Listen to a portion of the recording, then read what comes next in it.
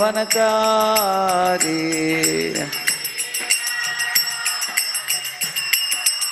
जय निताय गौरंगा निताय गौरंगा जय निताय गौरंगा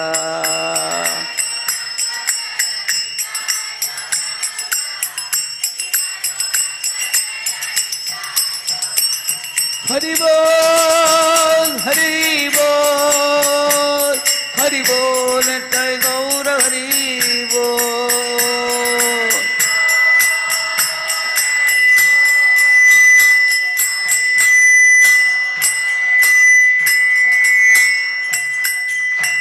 कलियुग पावन हरिनाम संकीर्तन की, ग्रंथराज श्रीमद् भागवतम की, श्रील प्रभुपाद की, समस्त अनंत कोटि वैष्णव वृंद की।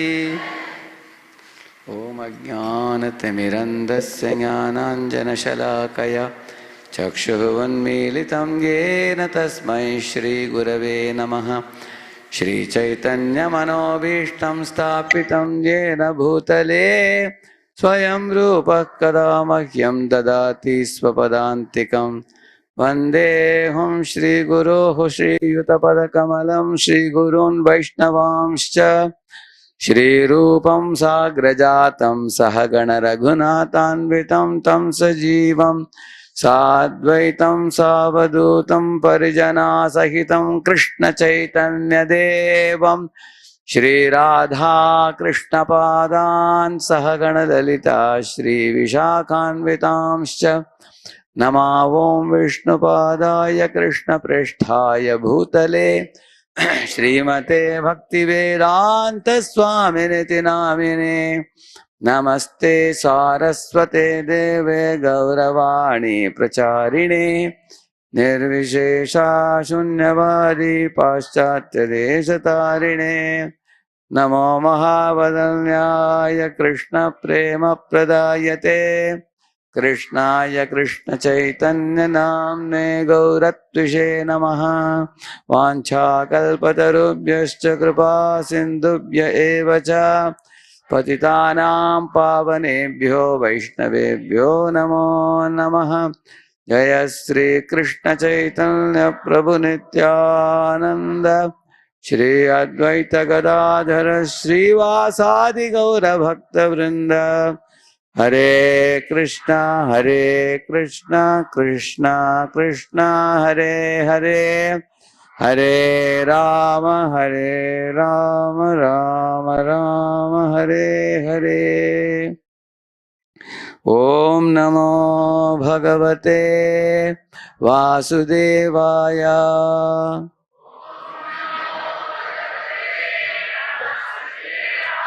ओम नमो भगवते वासुदेवाय।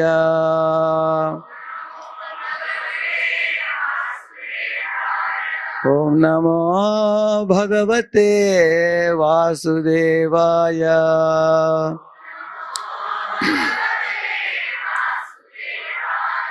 नारायणं नमस्कृत्य नरं चैव नरोत्तमं देवीं सरस्वतीं व्यासं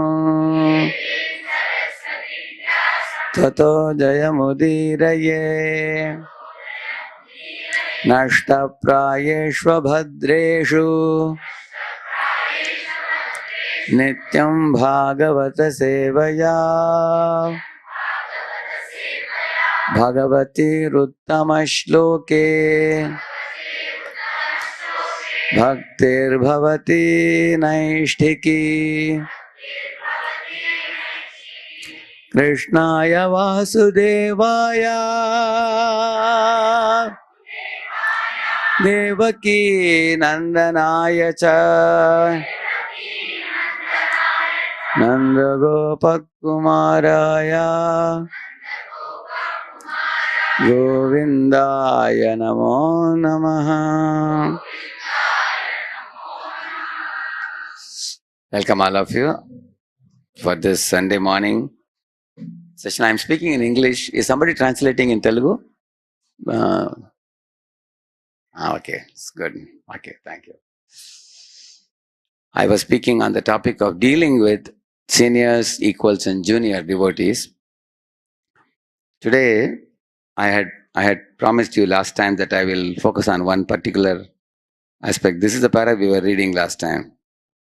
Uh, we are actually talking about mm, how to show mercy upon the innocent, newly arrived devotees. So I will just read it for a while, and then uh, we will discuss on that.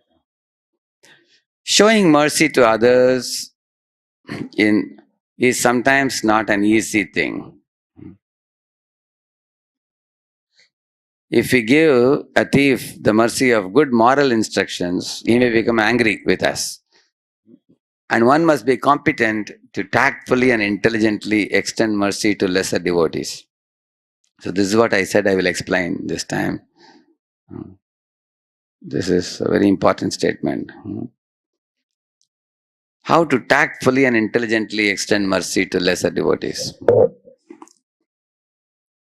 Giving mercy cannot be someone's concoction and cannot be done with a motivation to become praised and worshipped by lesser devotees. A devotee should remain humble and fixed in Krishna conscious principles. And then he or she will be competent to give the mercy of one's good example to others.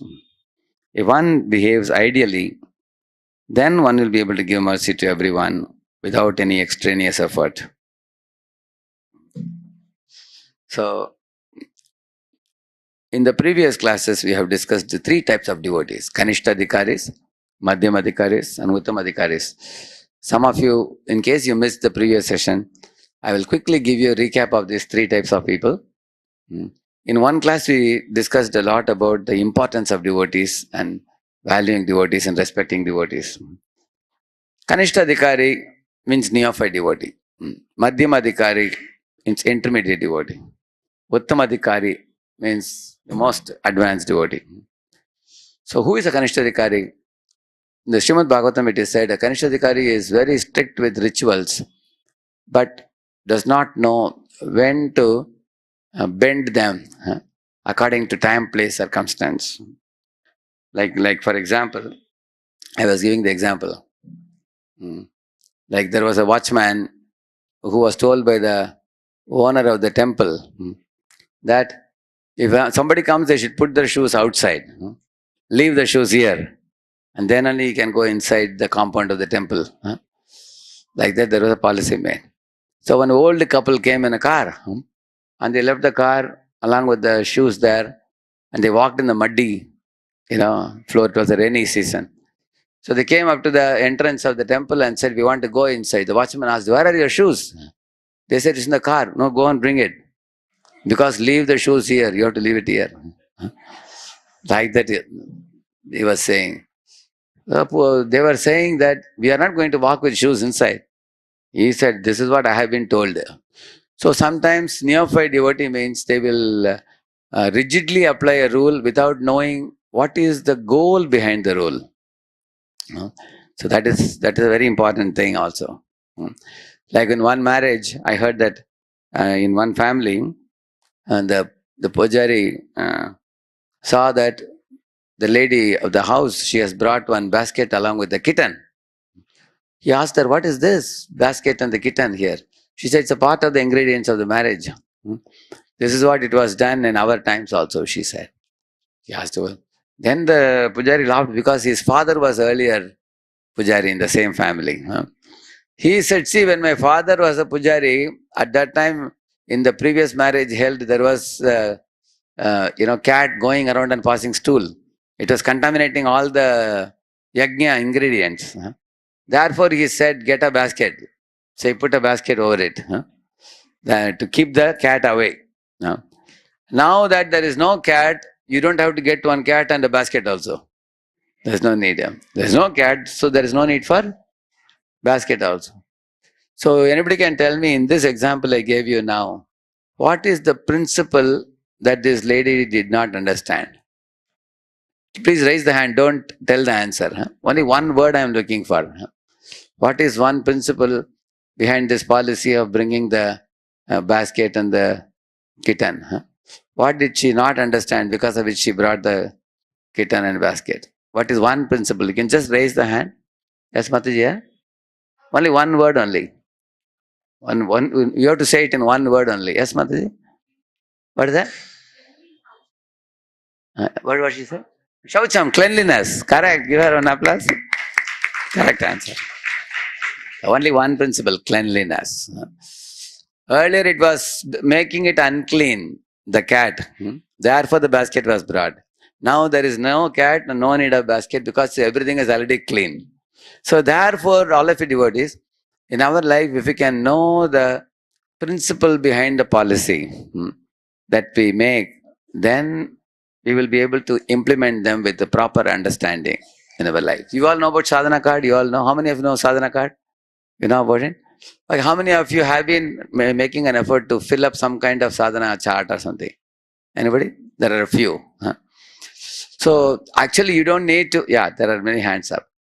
So maybe in Telugu, if you ask, many hands will be up, I think. So there are simple sadhana cards. Basically, sadhana card talks about what time you go to sleep, what time you get up in the morning, and at what time you completed the 16 rounds. Ideally speaking, we are supposed to sleep by 10:30 latest. For Grihastha, sometimes becomes 11 also sometimes. Occasionally it's all right, but daily if you're sleeping at 11:30, it's a very bad practice. Sleeping early and rising early in the morning. Prabhupada says in one purport, all ISKCON devotees all over the world rise by dash AM. Anybody knows? Please don't tell the answer. Just raise the hand. No, I didn't ask you. Only you just raise the hand, I will ask you. Yes, Prabhuji. Yeah? 4 o'clock, 4 AM he says. Very good. Haribol. He has read the purport. So Prabhupada says they rise by 4 AM. At least we should get up by 4:30 at least. Correct? No? So in temples, everything happens from 4:30 onwards. Some grihasthas come at 5 AM together, which means they must have gotten up at 4:30 at least. So start chanting. Because if you don't chant in the early morning, daytime chanting is very tough. And night chanting is, it's not chanting, it is chanting. It's dosing chanting. So, therefore, okay, now I was telling you about the rule. What was the point I told you before this thing? Sadhana card I told you, correct? No? So, anybody knows, you can tell me what is the purpose of filling sadhana card? What time I slept, what time I got up, and how many hours of Prabhupada books I am reading weekly. For grihasthas, at least they should read half an hour every day. If you can't read every day, weekly 3 to 4 hours minimum we should read for survival and Krishna consciousness. For survival. If you don't read 3 to 4 hours in a week, Prabhupada's Bhaktivedanta purports, it is likely that we are becoming weak in spiritual life. It's very likely because eventually we'll lose taste and we may the time may become occupied by other things like watching different different kinds of things. People talk a lot of prajalpa. People work very hard and do many materialistic things. They do. We go for so many. Sometimes somebody called for this, called for that. A lot of socializing people do. A lot of time is lost in that. So at least 3 to 4 hours we should read. So the sadhana card means basically what you should do. What time I slept, what time I got up. I am telling you ideal also. 10 o'clock you slept and got up at 4 o'clock. That is ideal. Now I'm not pushing you. You can decide yourself what you want to do with that. It is 10 and 4. And chanting means, start at 4:30. If you cannot, at least start at 5. Like one man came to Radha Gopinath Prabhu and said, Prabhuji, my chanting is in doldrums. I'm becoming weak in spiritual life. He said, what are you doing? So this man said, Prabhuji, first I get up in the morning and take bath and come Mangalarti, Narsingarti, Tulasi Arti. After I do Shadu Goswami Ashtakam, I do. And then he said, I also sing this Chaitanya Mahaprabhu's Ashtak. What is that? Shiksha Ashtakam. Then there is one more, he was doing this Radhika Ashtakam also because next month Radhashtami was coming, he was doing Radhika Ashtakam also. All these different things. Then Guru Puja. Then after finishing everything, he would sit for chanting and only half an hour was there. Then he would chant, 2 or 3 rounds and immediately he has to go to company. While going in the bus, he was chanting. Returning back, he was chanting. Night, he was chanting till 11. So Radha Gopinath Prabhu laughed and told him, see, Prabhu, all these ashtakams, you push it behind. First, put chanting first. Most important thing is what? chanting. If you are chanting from 5 to 7 and 7 to 7:30 you did the arati. So 7:30 everything is over for you. Nowadays many people are joining Zoom chanting also, which is very good. So some families start at 3 o'clock only, 4 o'clock only. There are very advanced people also. But at least 5. 5 to 7 chanting, half an hour arati you did. In case you couldn't do arati in the morning, then we do the arati in the evening. At least one arati the deity should get in a home, any Grahasta's house. At least Gaur Arati in the evening. Either Mangalarti in the morning or Gaur Arati in the evening. So you can have a sadhana card of your own. You can make your own card. What time I slept, what time I got up, and Arati happened or not, morning and evening. At least one Arati in my home. Did Arati happen or the puja room is catching cobwebs? It shouldn't happen. So puja room should be attended every day. So the Lord is getting Arati. Don't put electric agarbatis. Electric agarbati? I think many don't know, I think. They know it? Even there's electric lamp also, low voltage lamp. Don't put any of that. We have to actually lit up the lamp. Actually lit up the agarbati and offer real flowers, not artificial flowers. So offer real flower, fruit, some offering. So arati, sleeping, waking, arati, and what else is it? Chanting. Morning, at least 12 rounds should be over, at least in the morning. In case 4 rounds remain, you can catch up in the day or evening. And hearing, I told you, at least half an hour to 40 minutes, something like that. In a week, at least 4 hours hearing. If you can't catch up on one day, then at least, in a weekly, you can calculate how the sadhana card is going. One day you may put 0, 0. On Monday, Tuesday, Wednesday, 0, 0, 0. But Thursday, Friday, Saturday, you caught up with the reading. And then finally, you got how many hours? Reading? 4 hours. 3.5 to 4 hours at least. That also you can do. Some devotees catch up on Saturday, Sunday. Saturday they catch up with the reading. So the idea is sadhana card is for your reading, hearing. At least one should hear Prabhupada's lectures. At least in a week, at least 1 hour at least. 1 hour your spiritual master, 1 hour Prabhupada. Then you hear anybody else's lectures. But these two are very important for you. Your own spiritual master, Diksha Guru, and Prabhupada. At least 1 hour. You heard that. So that can be heard even while going in the car, going, coming, or even in the bathroom also. But we have to complete at least that much. You are in touch with the sound vibration. The spiritual master lives in a sound vibration, and the follower lives with him. It is said. So you are living with the Guru and Prabhupada, Grand Guru, one's own spiritual father and spiritual grandfather. These two. Then you can hear others in case some shiksha is very powerfully affecting you, helping you, uplifting you, purifying you, then you can hear that, outside that, within ISKCON, not just anything.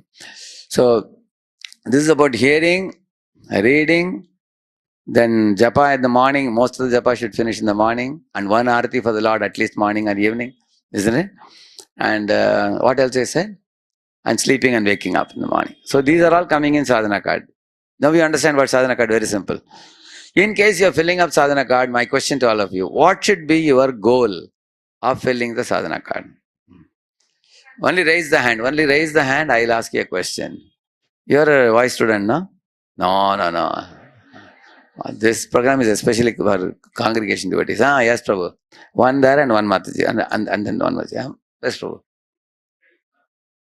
He is saying keeping steady sadhana. Okay, thank you. You answered, I think, right? You are not yet answered? Okay, now you can answer. She's saying consistency, discipline, steady sadhana. He said, okay, very good. Anything more? Yeah? Degree? What is that? Integrity. Oh, okay. That's a very important point also. She's saying, I have promised to my Guru that I will chant how many rounds every day?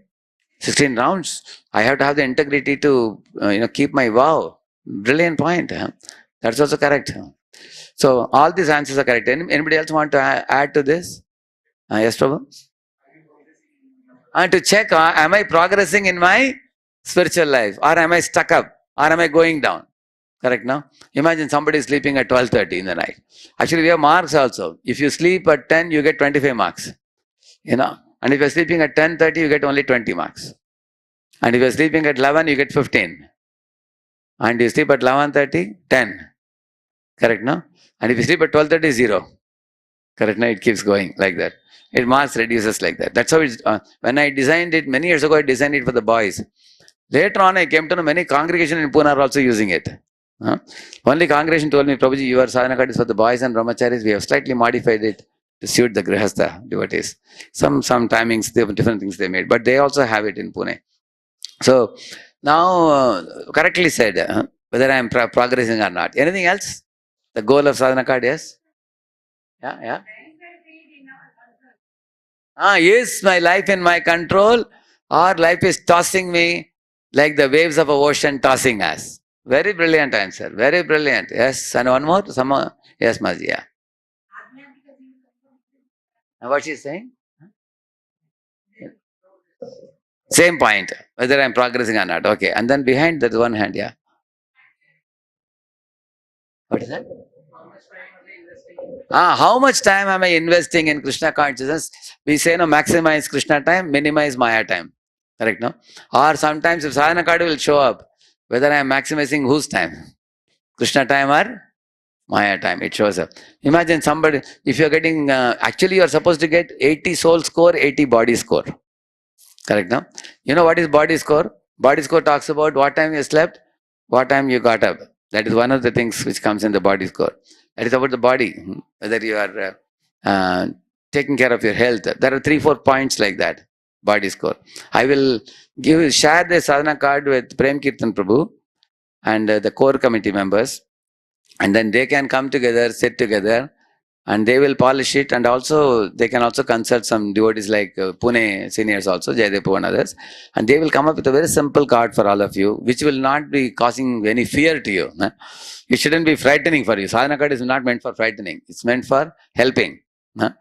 And then you all can do it yourself and see score. How much score we are supposed to get? 80 soul score. Soul score is about Shravanam, Kirtanam, all that comes in soul score. Sleeping on time, waking up on time, and all those things come in body score like that. So we are supposed to get 80. But somebody gets 30 or 40. What does it mean? Like what? Fail marks. That means things are not going well. Like Mataji rightly said that. Whether life is in our control or life is battering us like waves like that. So now you all gave very brilliant answers. Now my question to you, why should one not, the person who is building up sadhana card, what are the things, mistakes he may commit? Even after filling sadhana card, still he may have, he may lack something in all these 4-5 things you said. For example, somebody may fill up sadhana card. Last 10 years I am filling up sadhana card. Do you know? Then you look at his sadhana card, he's only getting 30% every month, every week. That means what? Is he improving? That means we should not fill up the sadhana card for the sake of filling up. We should not chant 16 rounds for the sake of chanting. We should not visit the temple for the sake of visiting. But we should do all these things for making progress in Krishna consciousness. Or there are some people who are overconfident. They say that I never fill up any sadhana card, I don't keep any calculation. I'm a wonderful devotee. That is another side. That's called Niyama Agraha. And Niyama Agraha means not filling up. Niyama Agraha means overconfident. Niyama Agraha means overconfident. Actually, Agraha means to accept.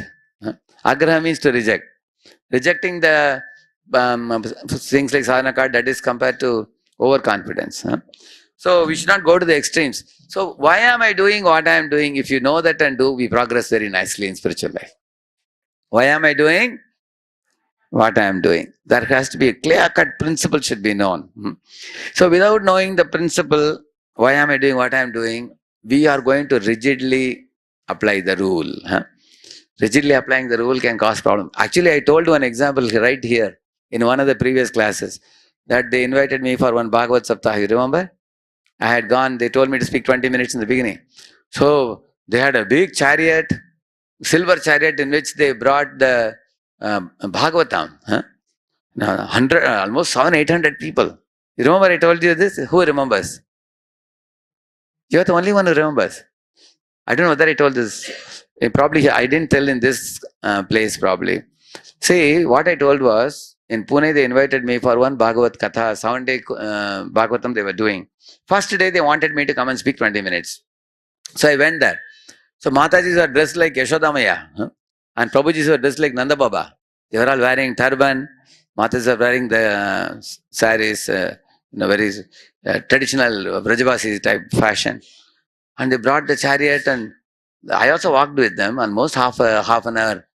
Then they were carrying Bhagavatam. I thought they're respecting Bhagavatam so much. They came and kept it on the stage. I thought now they are going to sit. But then they said, no, again we have to go. Why? Because we have to bring our Swamiji. So again they went half an hour and then came back half an hour. Another 1 hour went. So then Swamiji came and Swamiji sat in the seat. And they gave me another seat also to sit. And then I asked them, so what is the next program? They said, next program is yourself. You have to speak now. 20 minutes. Then the Swamiji will start his talk. And he will be talking Gujarati for 7 days. I am supposed to speak in Hindi, 20 minutes.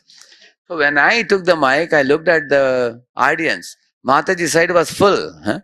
It was like 400 Matajis. And Prabhuji's side, only about 20, 30 were there. And the entire patch was empty.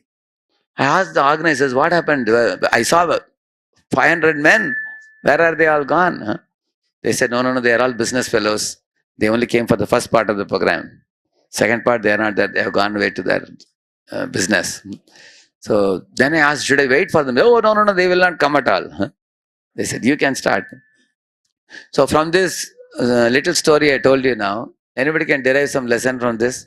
You can raise your hand. Don't tell the lesson. I will give you a chance to speak. Anybody? What lesson you derived from this? When I derived one lesson when I saw this. You answered, I think. You gave an integrity answer you gave, right? That was a good answer. I'm looking for someone else who can also answer. What do you learn from this? The youngest man on the men's side, those who were 20, 30 guys were there. Youngest man was 75 years old. And all the other young men went away. They all went for their business. Only the old fellows, I think they are retired, I think, those fellows, 75 years. So they were about 15, 20 men. Out of 500 men, only 20 men were there. They all went away to business. Mataji is there anyway, not going for jobs. They were available. It was almost 10 o'clock or something in the morning. What did you learn from this? Anybody? Yes? Okay, who is saying that? Badramji. Okay, ritual. Ritual. That's ritual. Okay, yourself? You are saying reading Bhagavatam is more important than doing the ritual. Okay. This kind of rituals which they did, that's not all important, but the reading Bhagavatam is more important. Correct, no? That's the point. Thank you. Anybody else? You have answered, I think. One answer. I want to give chance to those who haven't answered yet. Anybody is there? Anybody's hand is up? Anybody? Yes, Mataji. She is saying that externally they are appearing to be respecting Bhagavatam, respecting the Guruji, but internally they are not sufficiently advanced to understand the importance of hearing the Bhagavatam. Correct, no? All the three answers are right. Give them applause. Correct. See, which is important? Ritual is important or the spirit is important? Okay, how many of you say spirit? Okay, how many of you say ritual? So nobody, amazing. It is not that only spirit is important. Spirit plus ritual is spiritual. And then only it is spiritual. Like in ISKCON, for example, some of you may say, I love Krishna very much. Is that enough or you have to chant Hare Krishna 16 rounds also? What do you think? Is it enough if somebody says, I love Krishna? You tell them you really love Krishna, now you chant and show. You chant 16 rounds. That is ritual, isn't it? Now, like men are wearing dhoti, kurta and tilak, Matajis are wearing sari. Is this important or one can be dressed in any way they want? Yeah? How many of you feel there is an importance to dress code also? You all agree, right? Why? Your dress code affects your consciousness also.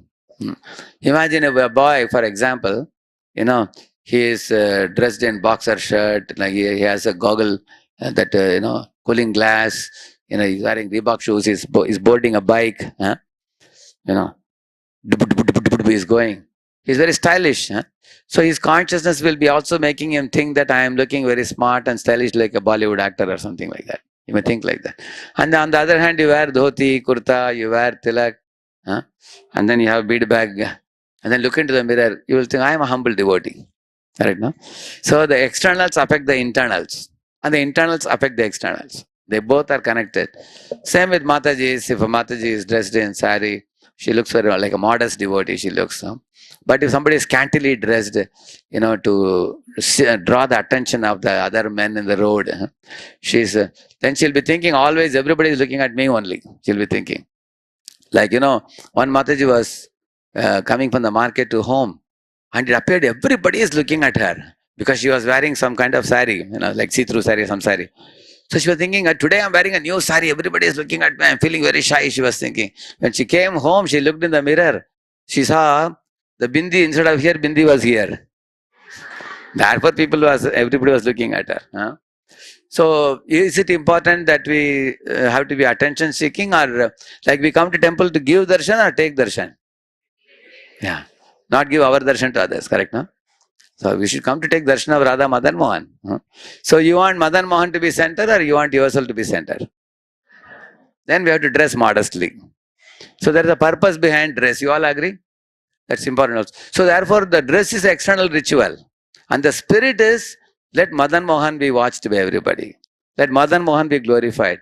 I don't want to come dressed like that and then come and show, look at me, stand like that, isn't it? That we don't want to do. You all agree? And some of them are very silent. I think they are afraid, I think. Huh? Everybody is looking at the dress. Is my dress proper today? Of course, saffron devotees like me, we don't have to see. Every day we wear this dress only. But others, you all know, actually, we have to dress like devotees and we have to speak like devotees. We have to wear tilak and kantimala and everything. Huh?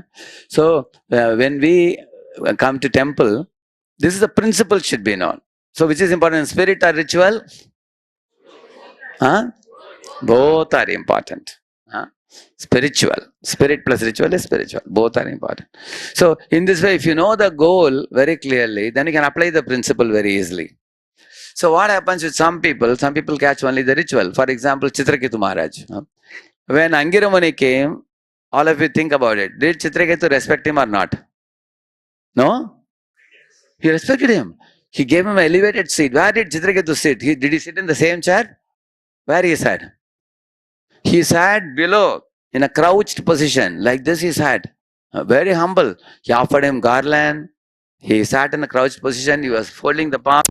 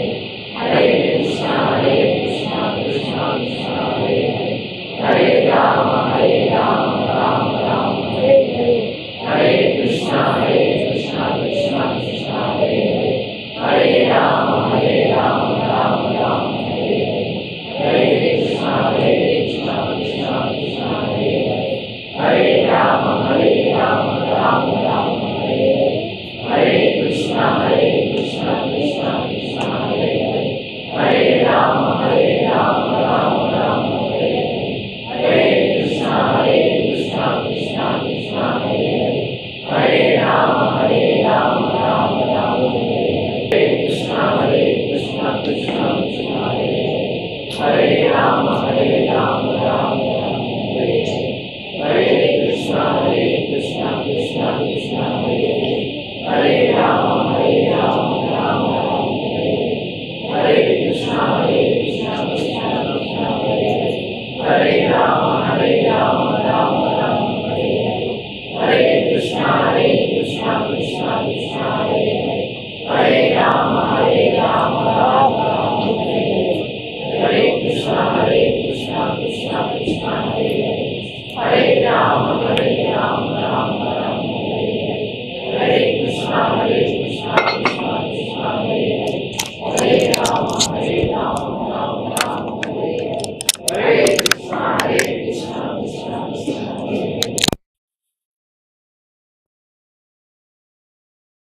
Hare Krishna, Krishna Krishna, Hare Hare, Hare Rama, Hare Rama.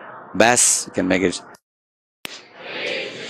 Hare Krishna, Krishna Krishna, Hare Hare, Hare Rama, Rama Rama, Hare Hare. Actually, is this voice clear? Is it clear? Hare Krishna, Hare Krishna. How is it?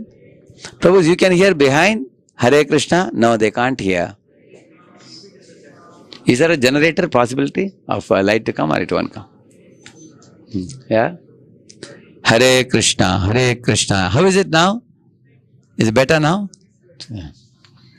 I'll just speak a short while and we'll conclude. Yeah. Yes. Hare Krishna. So what is the last thing I was telling? Yeah? Chitraketu. So Chitraketu actually was very humble.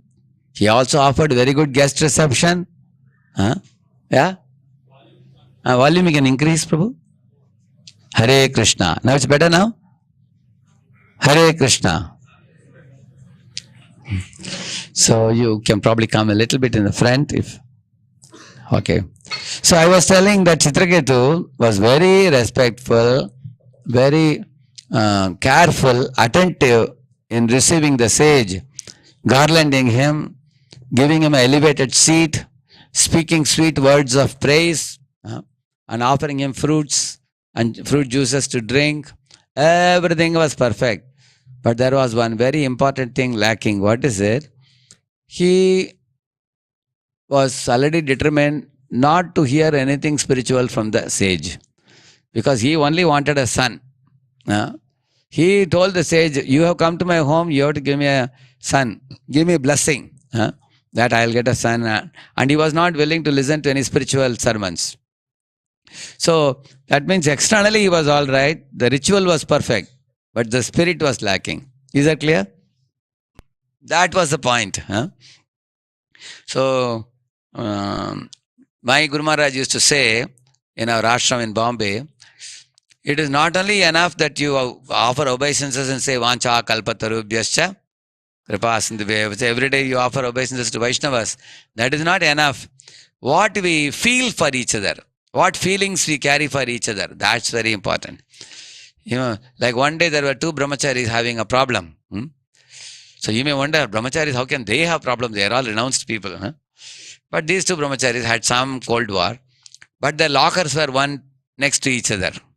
One locker was here, one locker was here. So they both went for bathing in the morning. After bathing, when they came back, after wearing the dress, they could see each other. Then they bowed down and said, Vancha kalpatarubhyascha. And Maharaj was passing by.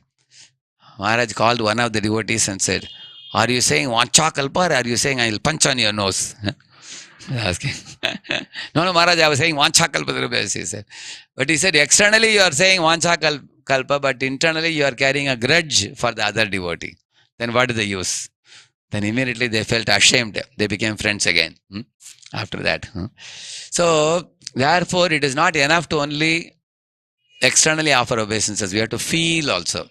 We have to feel happy when we see a Vaishnava. So, that is actually the spirit behind the external ritual. So, I spent considerable time today speaking about the spirit and ritual. And both are important, as you all said. Spirit plus ritual is spiritual. Spiritual should have both the components. Now, Mayavadis say there is no need of rituals. Only spirit is enough, Mayavadis say. Karmakandis say only rituals. They don't bother about spirit. But Vaishnavas say which is important? Both are important. Let us conclude the class today with that point. So, now before we can tactfully or intelligently extend mercy to lesser devotees, We ourselves have to know this principle of spirit and ritual. Therefore, I spoke on this today. Next time when we come, we will speak more on this. Okay? Srila Prabhupada ki, Gaur Bhakta Vrinda ki. So, very good participation by all of you. You answered the questions very brilliantly. And one thing, nevertheless, I want, time he invites me, I will devote one full on